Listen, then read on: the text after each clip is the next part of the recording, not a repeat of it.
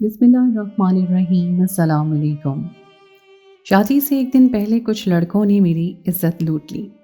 مجھے اپنے منگیتر پر بہت اعتماد تھا اور میں نے اس کو بتا دیا، لیکن پھر اس رات منگیتر نے باہر بلا کر انہی لڑکوں کے ساتھ میری یہ شادی میری پسند کے مطابق ہو رہی تھی۔ میرے منگیتر میرے چچا کے بیٹے تھے۔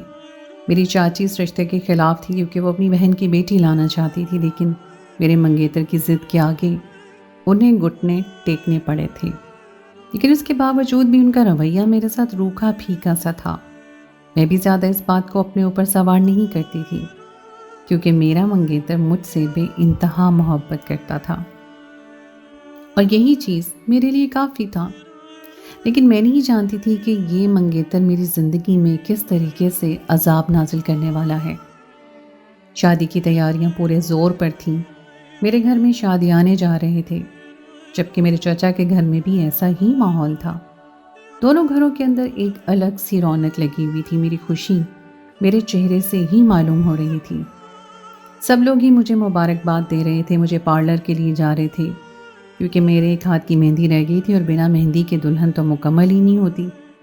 میں جب پارلر کے لیے نکلنے لگی تو میری ماں مجھے کہنے لگی، نازی بیٹا تو ابھی نہ نکل، میرا دل نہ جانے بہت گھبرا رہا ہے، ایسا لگ رہا ہے جیسے کچھ بہت برا ہونے والا ہے۔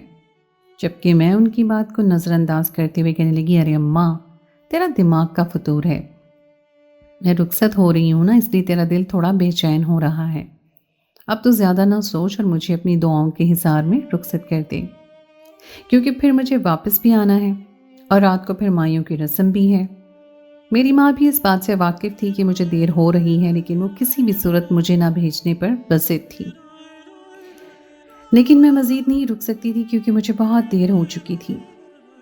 میں دیر ہونے کی وجہ سے اب ان کے اس رویے سے جھنجھلا رہی تھی، کیونکہ میری اپوائنٹمنٹ کا ٹائم نکلتا جا رہا تھا اور میری زیادہ ضد کرنے کی وجہ سے میری ماں کو مجبوراً مجھے بھیجنا پڑا۔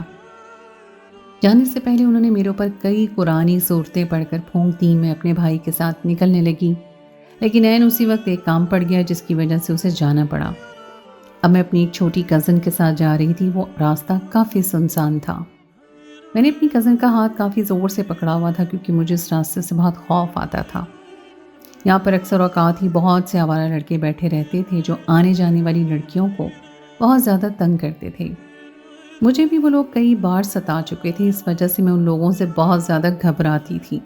میری مجبوری تھی، ورنہ میں کبھی بھی وہاں سے نہ گزرتی۔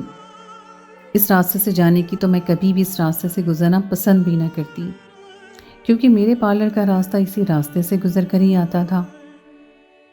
میں ابھی نہیں سوچوں میں جا رہی تھی کہ اچانک ہی دو لڑکے میرے سامنے آ گئے۔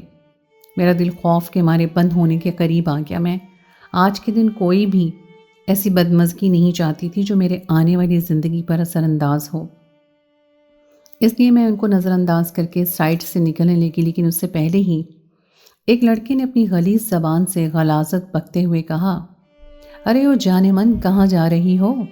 کبھی ہمیں بھی تو اپنی اس خوبصورتی کو دیکھنے کا موقع دو۔ جبکہ میرے ہاتھ پاؤں بہت برے طریقے سے کانپنے لگے تھے۔ میں فوراً ہی ان لوگوں کے راستے سے ہٹ کر ان کے بغل سے نکلنے کی کوشش کرنے لگی۔ عین اسی وقت مزید دو لڑکے میرے سامنے آ گئے اور وہ بھی مجھے چھیڑتے ہوئے کہنے لگے، ارے یار کل تو تمہاری شادی ہو جائے گی، جانے جہاں آج تو ہمیں اپنی اس خوبصورتی کا مزہ چکھنے دو۔ جبکہ ان غلیظ لوگوں کی ان باتوں کی وجہ سے میرا دل چاہ رہا تھا کہ میں ان لوگوں کے منہ پر ایک گھماتا ہوا زناٹے دار تھپڑ رسید کروں۔ لیکن کل میری شادی تھی اور آج اگر میں یہ سب تماشے کرتی تو میرے حق میں ہی یہ سب کچھ برا ہو جاتا۔ اس وجہ سے میں ایک بار پھر ان لوگوں کے راستے سے نکلنے لگی۔ اس سے پہلے ہی ایک لڑکے نے میرا ہاتھ اپنے ہاتھوں سے تھام لیا اور یہی میرے غصے کا گراف آسمان کو پہنچ گیا تھا، اور غصے کے عالم میں میرا ہاتھ اٹھا تھا اور گلی کے کونے تک میرے تھپڑ کی آواز گئی تھی۔ نازک ہاتھ کا تھپڑ اتنی زور سے میں نے اس کے گال پر مارا تھا کہ وہ بے اختیار ہی اپنا سر دوسری طرف مڑنے سے روک نہیں پایا تھا۔ میں غصے کے عالم میں غراتی ہوئی کہنے لگی، اگر اتنی ہی مردانگی ہے نا تو اپنی ماں اور بہنوں کو جا کر دکھاؤ۔ دوسروں کی ماں و بہنوں کے اوپر آوازیں کسنے سے بہتر ہوگا یہ کام۔ جبکہ میرے تھپڑ کی وجہ سے وہ لڑکا آپے سے باہر ہو گیا اور مجھے دبوچتے ہوئے کہنے لگا، آج تجھے اپنی مردانگی دکھاتا ہوں کہ میں ہوں کون۔ تو نے آج بہت بڑی غلطی کی ہے، میرے اوپر ہاتھ اٹھانے کی۔ اور یہ بول کر وہ مجھے اپنے کندھے پر ڈال چکا تھا، جبکہ میری وہ کزن جو میرے ساتھ تھی وہ یہ سب منظر دیکھ کر وہاں سے بھاگ گئی تھی۔ وہ لوگ مجھے اپنے کندھے پہ ڈال کر نہ جانے کس گھر میں لے آئے تھے۔ وہ لڑکے تعداد میں 4 تھے، جبکہ میں ایک اکیلی نازک اندام لڑکی ان 4 درندوں کے ہتھے چڑھ چکی تھی۔ میں کسی بھی طور پر وہاں سے بھاگنا چاہتی تھی، لیکن ان چاروں حیوانوں نے میرے سارے راستے بند کر دیے تھے اور ایک ایک کر کے مجھ پر حاوی ہونا شروع ہو چکے تھے۔ دیکھتے ہی دیکھتے وہ لوگ میری عزت کو تار تار کر چکے تھے اور مجھے کسی کو بھی منہ دکھانے کے قابل نہیں چھوڑا تھا۔ میرا دل خون کے آنسو رو رہا تھا، میرا دل چاہ رہا تھا کہ زمین پھٹے اور میں اس میں سما جاؤں، کیونکہ میرے پاس اب کچھ نہیں بچا تھا۔ کل میری شادی ہونی تھی اور آج میں اپنی عزت گنوا چکی تھی۔ میں لٹی پٹی حالت میں اپنے گھر آئی تھی اور میری یہ حالت دیکھ کر میری ماں کا دل بیٹھ گیا۔ میں ان کے گلے سے لگی زاروں قطار رو پڑی، ان کو اپنے اوپر بیتی ساری داستان حرف بحرف بتا رہی تھی، اور میری ماں مجھے چپ کراتے ہوئے کہنے لگی، بس میری بیٹی چپ ہو جا، اللہ ان چاروں کو عبرت کا نشان بنائے گا۔ بہت سے مہمان گھر کے اندر ہیں، اگر تجھے اس حالت میں کسی نے دیکھ لیا تو بہت برا ہوگا، ہماری عزت ٹکے کی بھی نہیں رہے گی۔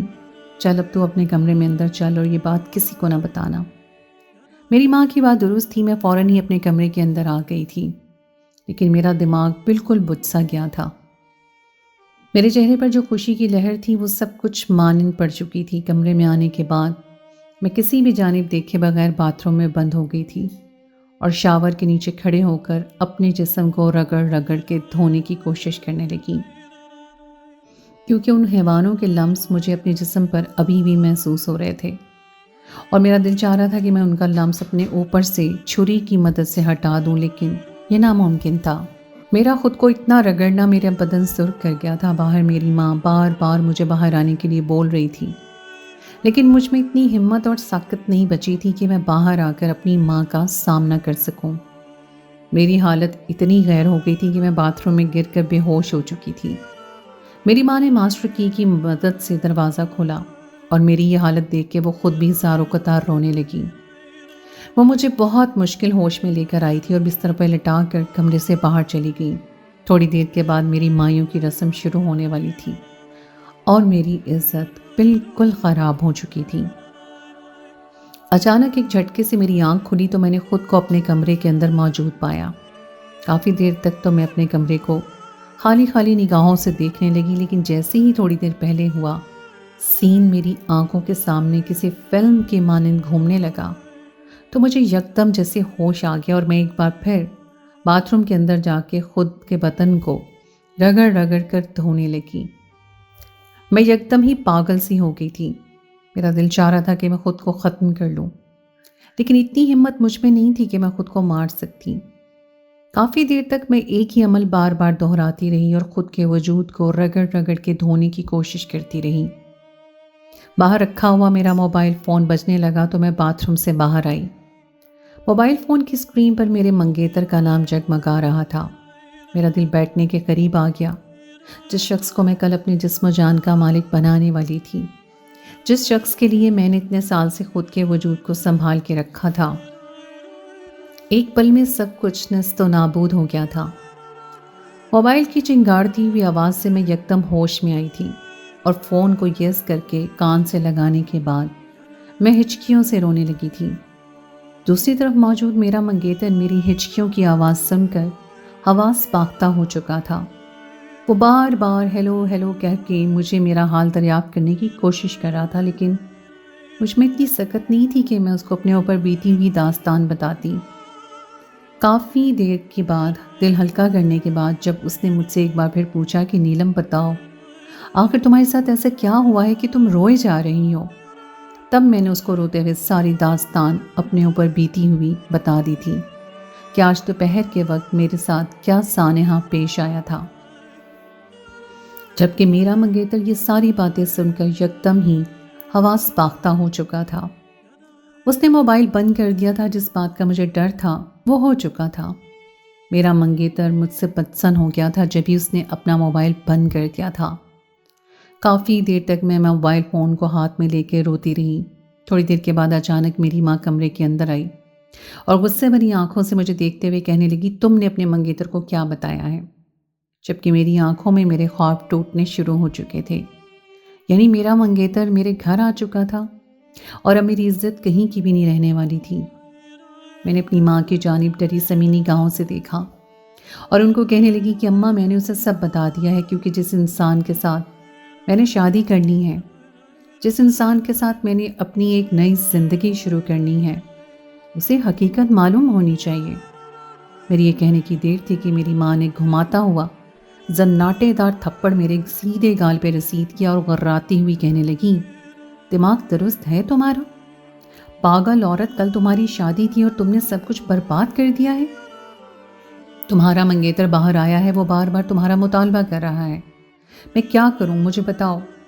ان کا بس نہیں چل رہا تھا کہ مجھے زمین میں زندہ گاڑ دیں، جبکہ اب میں بھی خوفزدہ نگاہوں سے اپنی ماں کو دیکھ رہی تھی۔ میں اپنی منگیتر کو سب کچھ بتا چکی تھی، لیکن میں یہ کرنے کے بعد اب ڈر رہی تھی۔ مجھے سمجھ نہیں آ رہا تھا کہ میں کیا کروں۔ تھوڑی دیر کے بعد میں اپنی ماں سے انہی سب چیزوں کے بارے میں بات کر رہی تھی کہ اچانک ہی میرا منگیتر کمرے کا دروازہ کھول کر کمرے میں داخل ہو گیا۔ جبکہ اس کو کمرے میں آتا دیکھ کر میں حواس باختہ ہو چکی تھی۔ اس نے میرا ہاتھ تھاما اور گھر سے باہر چلا گیا، جبکہ میری ماں ارے ارے کرتی ہی رہ گئی تھی، لیکن وہ بالکل بھی نہیں رکا تھا۔ میں اس کے ساتھ گھسیٹتی ہوئی چلتی جا رہی تھی اور میں بار بار اس سے پوچھ رہی تھی کہ ہم کہاں جا رہے ہیں، لیکن اس نے ایک لفظ نہیں بولا تھا۔ اس نے اپنے ہونٹ بیچے ہوئے تھے اور میرا دل دھڑکنا بھول چکا تھا۔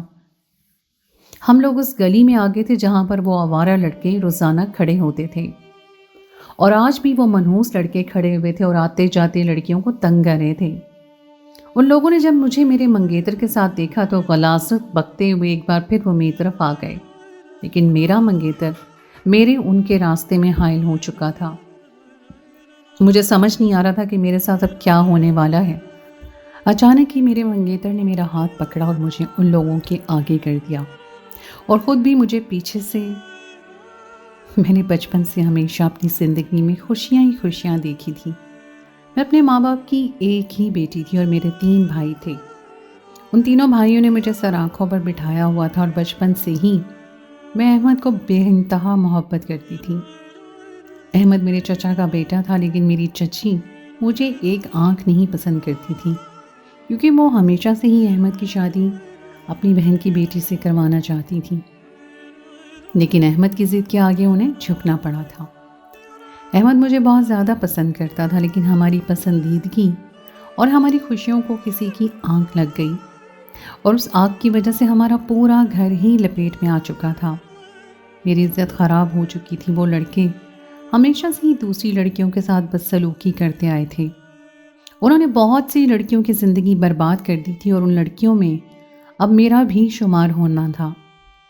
میں اپنے کزن کے ساتھ مہندی لگوانے کے لیے پارلر جا رہی تھی، لیکن اس سے پہلے ہی مجھے ان ظالم لڑکوں نے اپنے راستے میں دبوچ لیا تھا اور میری عزت کو تار تار کر دیا تھا۔ میری ماں نے مجھے کسی کو بھی یہ بات بتانے سے سختی سے منع کیا تھا، لیکن اس کے باوجود بھی میں نے اپنے منگیتر کو اپنے اوپر بیتی ہوئی تمام داستان سے آگاہ کر دیا تھا، کیونکہ میرا یہ ماننا تھا کہ جس انسان کے ساتھ مجھے زندگی گزارنی ہے، اس انسان کو میری زندگی کے بارے میں ساری چیزیں معلوم ہوں۔ لیکن میں یہ نہیں جانتی تھی کہ وہ انسان میرے ساتھ کیا کرنے والا ہے۔ میرا منگیتر مجھے گھر سے گھسیٹتا ہوا اس جہنم میں لے کر آ گیا تھا جہاں سے میری بربادی شروع ہوئی تھی۔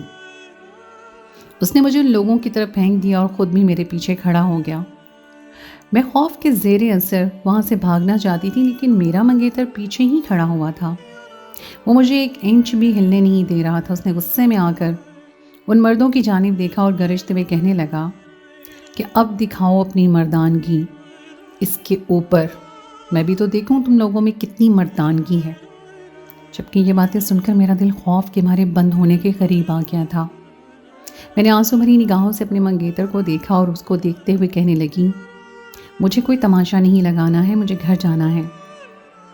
لیکن وہ مجھے 1 انچ بھی ہلنے نہیں دے رہا تھا، جبکہ وہ سارے مرد میرے منگیتر کی بات پر کہکا لگا کر ہنسنے لگے اور کہنے لگے، اچھا تو ہے اس کا محافظ، اور تو ہم سے اس کی حفاظت کرنے کے لیے آیا ہے؟ جبکہ میں کسی بھی طور پر وہاں سے بھاگنا چاہتی تھی، لیکن میرے منگیتر نے مجھے اس طریقے سے پیچھے سے پکڑا ہوا تھا کہ میں بالکل بھی ہل نہیں پا رہی تھی۔ میرا منگیتر اس آدمی کی بات سن کر کہنے لگا، ہاں میں ہوں اس کا محافظ اور تو اس کو ہاتھ لگا کر دکھا، تجھے بتاتا ہوں مردانگی کس کو کہتے ہیں۔ یہ سننے کی دیر تھی کہ وہ لڑکا غصے کے عالم میں میرا ہاتھ پکڑتا عین اسی وقت میرے منگیتر نے اس کے ہاتھ پر اپنے پاس چھپی ہوئی بندوق سے فائر کیا تھا اور وہ وہیں پر اپنا ہاتھ لے کر بیٹھ چکا تھا، جبکہ اس کے پیچھے کھڑے ہوئے اس کے تینوں دوست خوف کے زیر اثر دو دو قدم پیچھے لے چکے تھے۔ جبکہ میں بھی ڈر کے مارے اپنے منہ پہ ہاتھ رکھ چکی تھی، میرے منگیتر نے مجھے پیچھے کیا اور خود اس آدمی کے سامنے آیا اور اس کے زخمی ہاتھ پر دے پر دے ضرب لگانے لگا، جبکہ پیچھے موجود اس کے تینوں دوست وہاں سے بھاگ چکے تھے۔ میرے منگیتر نے اس لڑکے کے سر پہ بندوق رکھی، وہ بھی ٹریگر دباتا اس سے پہلے ہی میں نے اس کا رخ آسمان کی جانب کر دیا تھا۔ میں ایسی کسی بھی جھمیلے میں نہیں پڑنا چاہتی تھی جس سے ہماری زندگی مزید بدتر سے بدترین ہو جاتی۔ میرے اوپر کرنے کی دیر تھی کہ وہ لڑکا جو درد سے کرا رہا تھا وہ فوراً ہی اپنا ہاتھ پکڑ کر وہاں سے بھاگ گیا۔ میں نے اپنے منگیتر کو بہت مشکل سے قابو کیا اور اس کو گھسیٹتی بھی گھر لے آئی۔ وہ اپنے آپ کو مجھ سے چھڑوانا چاہتا تھا، لیکن میں نے اپنا ہاتھ پکڑ کر اس پہ مضبوط رکھا ہوا تھا۔ مجھے بار بار بول رہا تھا، نیلم تم مجھے چھوڑو، آج میں ان سب کا خون پی جاؤں گا۔ ان کی ہمت کیسے ہوئی میری ہونے والی بیوی کی عزت پر ہاتھ ڈالنے کی؟ اس کا یہ روپ دیکھ کر میں اندر تک کانپ سی گئی تھی۔ مجھے یقین ہی نہیں آ رہا تھا کہ احمد اس حد تک گزر جائے گا۔ اس نے گھر آنے کے بعد مجھے بہت حوصلہ دیا تھا اور کہنے لگا تھا کہ تمہیں زیادہ پریشان ہونے کی ضرورت نہیں ہے، تم آج بھی مجھے ویسے ہی عزیز ہو جیسے پہلے تھی۔ خبردار جو تم نے کچھ بھی الٹا سیدھا سوچنے کی یا کرنے کی کوشش کی۔ تھوڑی دیر کے بعد ہماری مائیوں کی رسم ہے، ہم دونوں اس رسم کو بہت اچھے سے انجوائے کریں گے۔ اس کا ایسے مان سے کہہ دینا ہی میرے لیے کافی تھا۔ میری آنکھوں میں آنسو بھر آئے تھے۔ وہ مجھے دلاسا دے کے وہاں سے جا چکا تھا، جبکہ میں بھی اپنی مائیوں کی رسم کے لیے بجھے دل سے تیار ہو گئی تھی۔ میرے چہرے سے وہ رونق بالکل ختم ہو چکی تھی جو اس سانحے سے پہلے موجود تھی۔ ہماری مائیوں کی رسم بہت اچھے سے ہو گئی تھی۔ سب مہمان خوشی خوشی گھر جا چکے تھے اور میرا دل ابھی بھی اس بات کو لے کر مطمئن نہیں ہو رہا تھا۔ کل میری بارات تھی اور میرے دل و دماغ پر وہی دوپہر چھائی ہوئی تھی جس نے میری زندگی کو تباہ کر دیا تھا۔ رات اپنی رفتار کے مطابق گزر گئی تھی اور صبح میرے لیے ایک نئی زندگی لے کر آئی تھی۔ صبح ہوتے ہی مجھے پارلر بھیج دیا گیا تھا اور میں تیار ہو کر ڈائریکٹ ہال میں آئی تھی۔ میری شادی وہاں پر بہت اچھے طریقے سے ہو گئی تھی اور میرے سسرال میں آ گئی۔ سب کا رویہ میرے ساتھ بہت اچھا تھا سوائے میری ساس کے۔ میرے شوہر نے مجھے بہت عزت اور مان کے ساتھ کمرے تک پہنچایا تھا، خود نہ جانے وہ کہاں غائب ہو گیا تھا۔ میں کافی دیر تک اس کا انتظار کرتی رہی، لیکن وہ رات کے آدھے پہر ہونے کے باوجود بھی گھر نہیں لوٹا تھا اور یہی چیز مجھے پریشانی میں مبتلا کر رہی تھی۔ میں عجیب سے خیالات کا شکار ہوتی جا رہی تھی۔ میں بھی انہی سب چیزوں کے بارے میں سوچ رہی تھی کہ میرا شوہر کمرے میں داخل ہوا اور مجھ سے معذرت کرنے لگا کہ مجھے تھوڑی دیر ہو گئی، میں کسی مسئلے میں اٹک گیا تھا۔ اپنے شوہر کی معذرت کرنے کی وجہ سے میں جلد ہی سارے منفی خیالات کو جھٹک چکی تھی اور اس کے ساتھ ایک نئی زندگی کی شروعات کرتی تھی۔ میرے شوہر نے مجھے اس رات بہت مان بخشا تھا اور مجھے ہر انداز سے یہ احساس دلایا تھا کہ میں اس کے لیے کتنی زیادہ اہم ہوں۔ میرے لیے میری زندگی بہت زیادہ حسین ہوتی جا رہی تھی۔ میں اس واقعے کو بھولنا چاہتی تھی جو میرے ساتھ ہوا تھا۔ صبح ہوتے ہی میری ساس میرے کمرے میں آئی اور ہم دونوں میاں بیوی کو باہر آنے کے لیے بول دیا۔ ناشتہ وغیرہ کرنے کے بعد میرے شوہر میرے پاس بیٹھے اور کہنے لگے، نیلم تم بھی سوچ رہی ہوگی میں نے تمہیں رونمائی کا گفٹ ابھی تک نہیں دیا، جبکہ یہ بات حقیقت تھی۔ میں واقعی سوچ رہی تھی کہ انہوں نے میرا ہاتھ پکڑا اور مجھے تیار کر کے اپنے ساتھ لے گئے، جبکہ میں حیران پریشان سی ان کے ساتھ جاتی جا رہی تھی۔ وہ مجھے ایک پولیس اسٹیشن کے سامنے لے کر آئے تھے، جبکہ میں اپنے شوہر کو حیرت بھری نگاہوں سے دیکھ رہی تھی کہ میری رونمائی کا تحفہ یہاں سے کیسے ملے گا۔ ہم دونوں پولیس اسٹیشن کے اندر داخل ہو گئے تھے اور میرے شوہر کو دیکھتے ہی بہت سے پولیس اہلکار ان کے ادب میں کھڑے ہوئے تھے۔ وہ سیدھا SHO کے پاس گئے اور ان سے ہاتھ وغیرہ ملایا اور ان سے سارے معاملے کے بارے میں پوچھنے لگے کہ وہ لڑکے کہاں پر موجود ہیں، جبکہ ایک بار پھر ان لڑکوں کا ذکر سن کر میرے جسم پر کپ کپی طاری ہو گئی تھی۔ میرا خوف کے مارے دل بند ہونے کے قریب آ گیا تھا۔ میں نے ڈر کے مارے اپنے شوہر کا بازو اپنی سخت گرفت میں تھام لیا تھا۔ احمد کو جب یہ محسوس ہوا کہ میں ڈر رہی ہوں تو اس نے اپنا ہاتھ میرے ہاتھ پہ رکھ کے مجھے دلاسا دیا اور کہنے لگا، تمہیں گھبرانے یا ڈرنے کی ذرا برابر بھی ضرورت نہیں ہے۔ میں تمہارے ساتھ ہوں اور ان لوگوں کا انجام تمہیں دکھانے کے لیے لایا ہوں۔ تمہیں زیادہ پریشان ہونے کی ضرورت نہیں ہے۔ جبکہ میں سر نفی میں ہلاتے ہوئے کہنے لگی، مجھے کسی کا کوئی انجام نہیں دیکھنا، مجھے گھر جانا ہے۔ لیکن میرے شوہر نے میرے ہاتھ پہ ہاتھ رکھا اور مجھے ایک بار پھر پیار سے سمجھاتے ہوئے کہنے لگا، بس کچھ دیر اور رک جاؤ تو تمہاری ساری پریشانیاں ختم ہو جائیں گی۔ اور تھوڑی دیر کے بعد ایسا ہی ہوا تھا۔ ایک SHO کے ہمراہ ہم لوگ پولیس اسٹیشن کے اندر گئے تھے اور وہاں موجود ان چاروں لڑکوں کی درگت پولیس اہلکاروں نے اتنی بری بنائی ہوئی تھی کہ جس کی کوئی حد نہیں تھی۔ ان لوگوں کو اس حال میں دیکھ کے میرے دل پر ٹھنڈی پھوار پڑ رہی تھی۔ میں نے ان لوگوں کو دیکھ کر کچھ بھی نہیں کہا تھا۔ اللہ تعالیٰ نے ان لوگوں کو عبرت کا نشان بنا دیا تھا۔ میں نے اپنے شوہر کی جانب دیکھا اور ان کو کہنے لگی، بس جو ہونا تھا ہو گیا، گھر چلیں۔ میرے پاس یہ کہنے کی دیر تھی کہ میرے شوہر نے پولیس والے کو ایک اشارہ کیا اور ہم لوگ واپس گھر آ گئے۔ میری زندگی دھیرے دھیرے تبدیل ہونے لگی اور ہم دونوں اپنی زندگی میں مزید خوشیوں کے رنگ بکھیرتے چلے گئے۔ اللہ تعالیٰ نے کچھ سالوں کے بعد مجھے چاند سا بیٹا دیا تھا، جس کے ساتھ میں بہت زیادہ خوش تھی۔